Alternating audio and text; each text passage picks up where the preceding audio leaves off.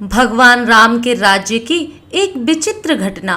एक दिन के तीसरे पहर राज्यसभा में बैठे हुए राजा राम ने अपने अनुज लक्ष्मण से कहा, भाई लक्ष्मण, देखो राज दरबार के बाहर कोई न्याय प्राप्त करने के लिए तो नहीं आया है।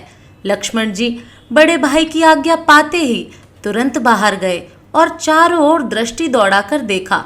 उनको वहां कोई दुखिया दिखाई नहीं पड़ा। लक्ष्मण जी राजमहल में वापस आकर राम से बोले, भैया बाहर तो ऐसा कोई भी मानव नहीं है जो क्षुब्ध हो या दुखी हो और कुछ निवेदन करने के लिए आया हो। लक्ष्मण जी के वचन से राजा राम को संतोष नहीं हुआ।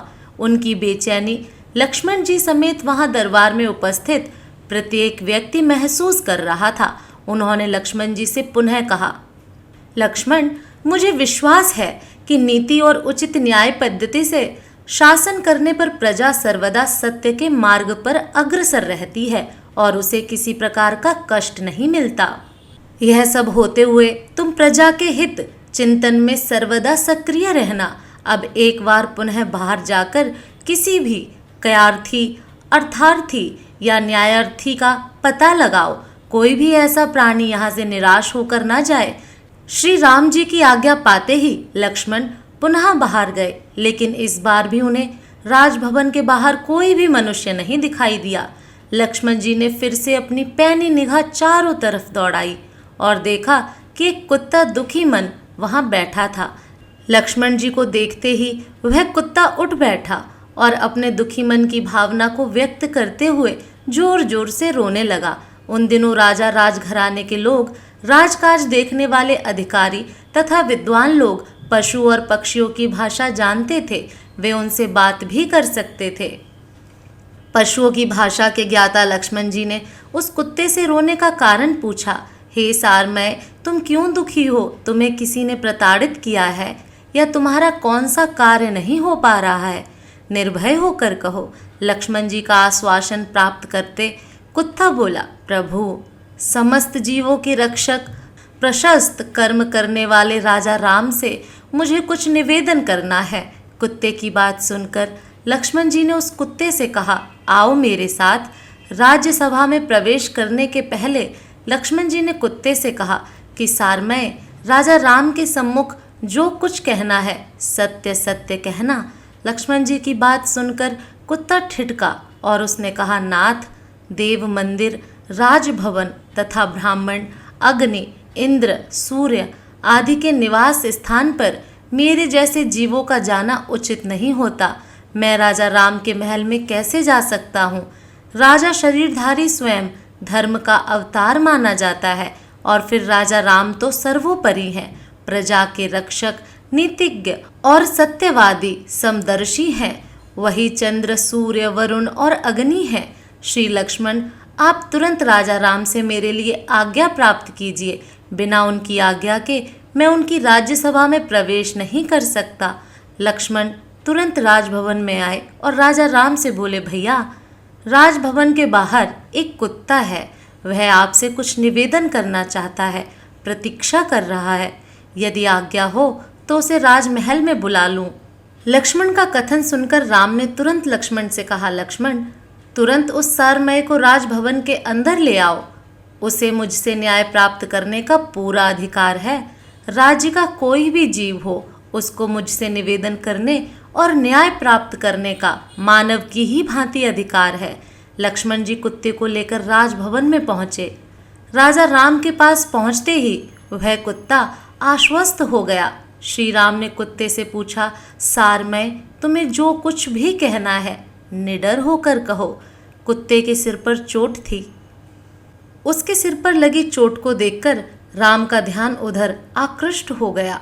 श्री राम का ध्यान अपनी ओर आकृष्ट देखकर कुत्ते ने उनसे निवेदन किया, प्रभु, राजा ही समस्त प्राणियों का रक्षक और स्वामी होता है।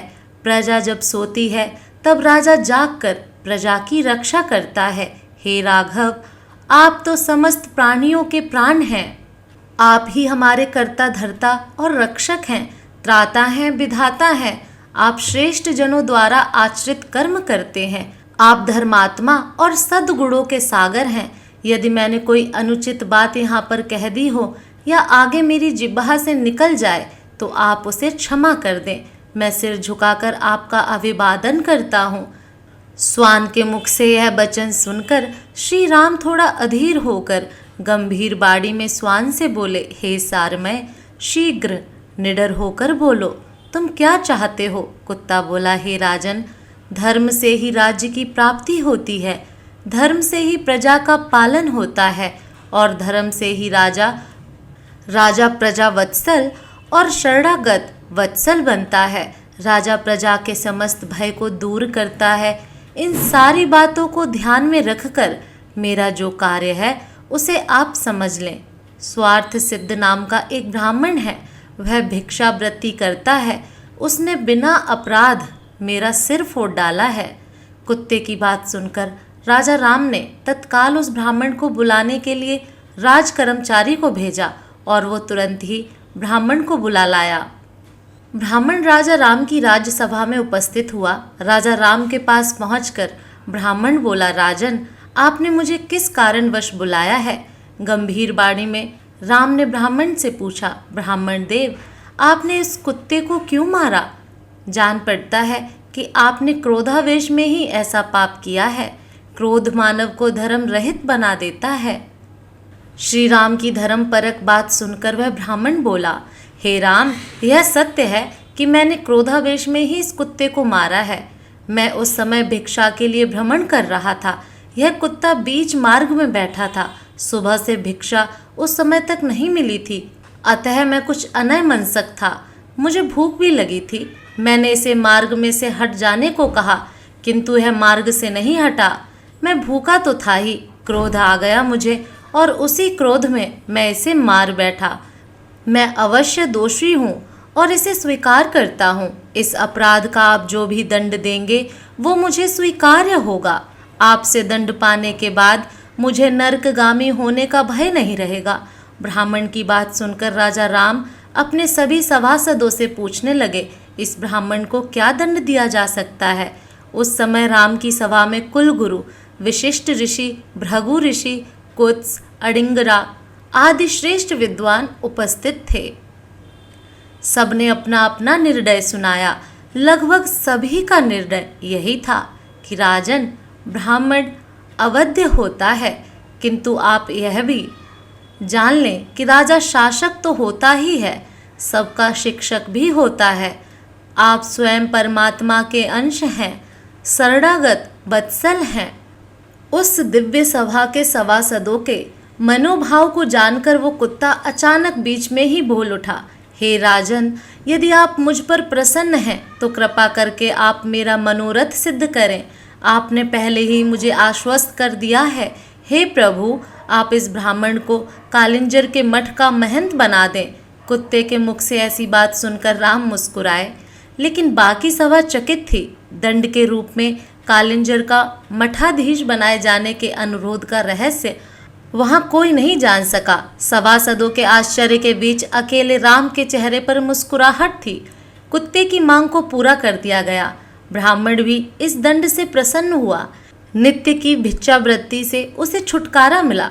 ब्राह्मण को हाथी पर बैठाकर विदाई दी गई, क्योंकि उस काल की परंपरा में यही नियम था। ब्राह्मण की प्रसन्नता का ठिकाना न रहा। विशिष्ट आदि मुनि गंभीर होकर बैठे थे। कुछ सभासद कुत्ते की मांग का परिहास उड़ा रहे थे। वे मुस्कुराते हुए अपने राजा राम से पूछे, महाराज, ब्राह्मण को तो दंड के बदले वरदान मिल गया, ये कैसा न्याय था? श्री राम ने विनोदपूर्ण स्वर में कहा, प्रतीत होता है कि आप लोगों को यह रहस्य समझ में आया नहीं। अब आप लोग इस ज्ञानी स्वान से ही इस रहस्य को समझिए। राम ने स्वयं उस कुत्ते से कालिंजर की मेहनती का रहस्य समझाने को कहा। कुत्ते ने बताना शुरू किया, हे राजा राम, पूर्व जन्म में मैं उसी कालिंजर के मठ में मठाधीश था। मैं मठ में स्वादिष्ट और सुगंधित पदार्थ खाता और दूसरों को भी खिलाता था। मैं नित्य देवों का पूजन भी करता था, अपने अधीनस्थ जनों का पालन भी करता था। मैं समस्त कार्य में धर्म और नीति को महत्व भी देता था। इतना करने पर भी मुझे कुत्ते की योनि में जन्म लेना पड़ा, लेकिन उन अच्छे आचरणों के कारण मेरे पूर्व जन्म का ज्ञान मुझे बना रहा। कुत्ता कहता ही गया, हे महाराज, ब्राह्मण तो क्षमाशील, जितेंद्रिय और दयालु होते हैं, किंतु यह ब्राह्मण तो अत्यंत क्रोधी है, धर्म शून्य, अहितकर, हिंसक स्वभाव का और मूर्ख भी प्रतीत होता है। वहाँ का महंत बनकर तो ये अपने माता तथा पिता के कुलों को भी नरक में ले जा सकता है। हे राजन, चाहे कैसी भी स्थिति क्यों ना आ जाए, ज्ञानी मनुष्य को किसी भी स्थान की मेहनती स्वीकार नहीं करना चाहिए। हे प्रभु, जिसको बंधु बांधवों सहित नरक में भेजना हो, उसे देव, गौ और ब्राह्मण के अधिष्ठान का महंत बना देना चाहिए। हे सर्वज्ञ, जो देव बालक, स्त्री तथा ब्राह्मण के लिए अर्पित धन को स्वयं भोगता है, वह निश्चय ही नरक में जाता है या नरक तुल्य कष्ट भोगता है। कुत्ते की बात सुनकर राजा राम गदगद हो गए और कुछ विस्मित भी हुए, लेकिन सारी सभा स्तब्ध थी। इस रहस्य का उद्घाटन करने के बाद वह कुत्ता जहाँ से आया था वहीं चला गया। कुछ समय पहले कुत्ते के न्याय का परिहास करने वाले सभासद अब मौन थे। जय श्री राम। धन्यवाद।